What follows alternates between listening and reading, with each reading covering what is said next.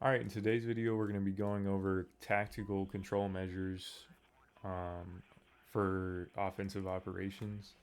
I've been meaning to make this video as part of my squad leader guide, just been busy and I haven't gotten around to it, but I finally booted up Arma and I jumped in here, threw this plan together real quick. I'm about to kick it off, but I want to cover over or go over the aspects and the measures that are put in place.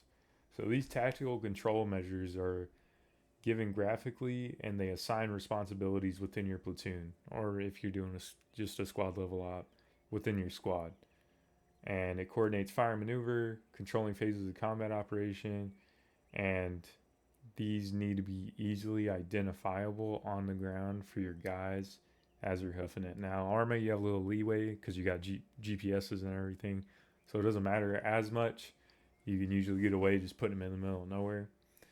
For if you in real life you have identifiable landmarks, because even like your GPS can be off in IRL, so you try and get identifiable landmarks. And if you do it in Arma, then we all know that one guy that for whatever reason just can't figure it out, even though he has a little mini map in the bottom right hand of his screen. If you have an identifiable landmark, it's kind of hard to mess up.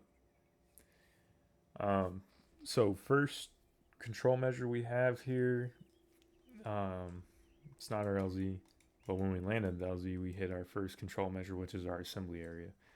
Assembly areas are where you're going to be doing your ammo check, distribute um, any ammo if you need to, any equipment that someone might have forgot. Like let's say one squad is stacked on AT, but another squad has none. They have no sticks.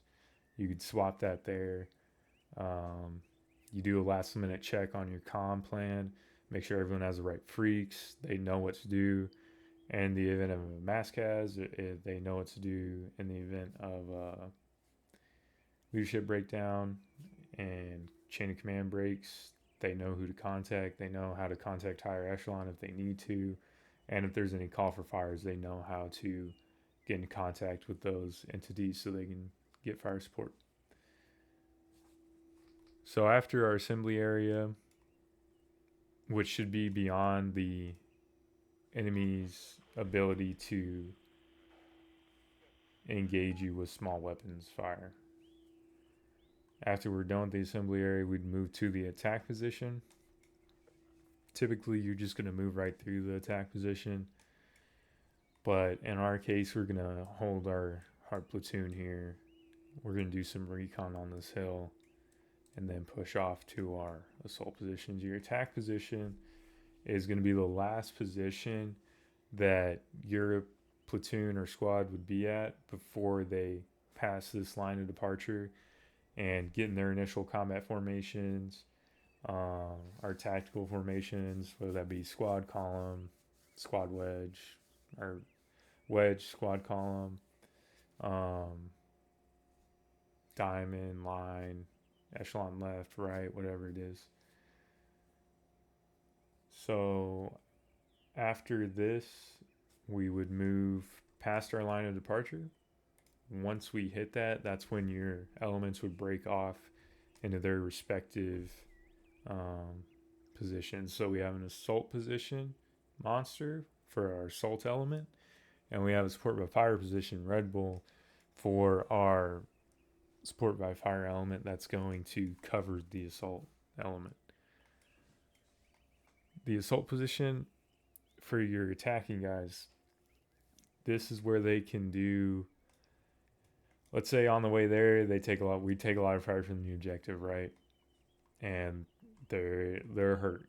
They need time to bandage and everything. You want your assault position in the covered and concealed area where they can do that, so that they can lick their wounds and be as close to 100 as they can before they make that assault onto the objective. Now, this assault position is kind of far, but this is really the only concealment. Usually, like maybe, nah, I mean, this is pretty good. Like 400 or 500 meters is fine. So your assault position right here, And your support by fire position, support by fire is self-explanatory. You're supporting the platoon or the squad in a fire position, and you're supporting them by direct fire. Your assault element would then step off. They'd hit their final coordination line. Now, this isn't a great example because there's not like a good spot to set up a final coordination line. But typically, it's the last place that your assault team is going to have concealment before they assault through this objective. And then you'd also set up a LOA, limit of advance, on the other side of the objective, however far. 300 meters is a good distance. I mean, it's Arma, so you don't have to go that far. Like, I would maybe do like right here. You'd sweep through, and then you could even have your SPF sweep through. And for this one, we would all group back up as a platoon and move to the escape route. And those are the tactical control measures that you'd want to use as a platoon leader, as a squad leader, to make sure you assign responsibilities to your squad so everyone knows what they're doing, they know what they're responsible for. You can coordinate, fire, and maneuver easily, and you can control the phases of your combat operations.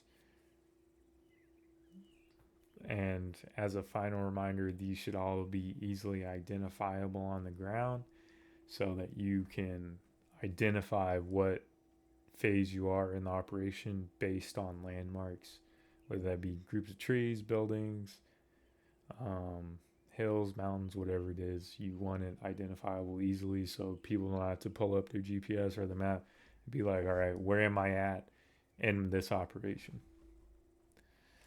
And that's it. Short video. Hope you guys enjoyed. I will be making more of these squad leader videos.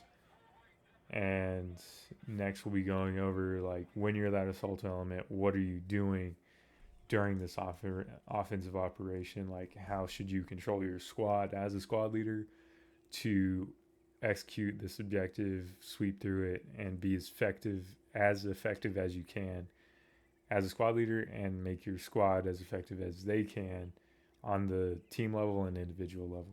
Thanks.